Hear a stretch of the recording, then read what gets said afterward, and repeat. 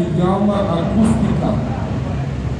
Понеже архитектура сега около централния купол е поставил столи, обърната отгоре надолу, за да одобри акустиката. Града Константинополис е построен на 7 хълма, както града Рим. Най-високият хълм от тези 7 хълма е мястото, където е тази Джамия Сюлеймани. Също отясно виждаме един голям купол и кафява сграда, това е Света София. По-нататък една кула виждаме, това е кулата на правосъдието в Османския дворец, където току-що бяхме с вас. Сега ще ви помоля да погледнете наляво. Наляво на хълма виждаме Галатската кула. Тя е една от символите на града Истанбул. Първата кула на това място беше построена в 5 век от нашата ера, но след един пожар тя се развали. И тази кула построиха в 1348 година хората от Венеция и Генуа. Знаете за тези градове държави. Те идват при византийския император и казват, че искат да търгуват с него, с византийците. И молят византийския император да им покаже място, където да се построят колонията.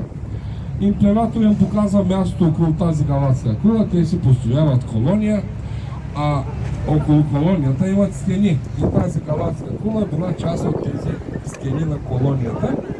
В османско време от тази кула гледат града Истанбул и ако почне някъде пожар, отиват да погасяват. Зад нас остана мост, който също се нарича Галатски мост, за това, че е близко до Галатската кула. Този мост се слави със своите рибни ресторанти под моста, а над моста се намират тези, винаги може да видите тези рибари. И лятото, и зимата, и през деня, и през нощта.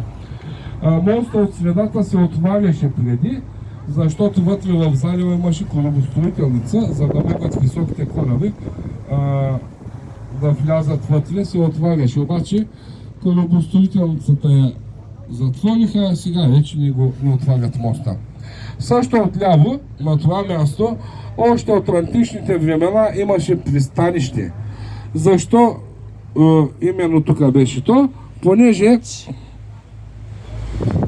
тук водата е достатъчно дълбока, 60 метра, няма силно течение и затова и в миналото и сега тези големи кораби могат да акостират. Преди 3 години старото пристанище разрушиха и ново построиха, но това вече не е само пристанище, а голям комплекс. Тук се намират вече хотели, магазини, ресторанти, зали за конференции и така нататък. И както виждате, тук също акостират тези круизни лайнери. Понякога 4-5 могат да се видят.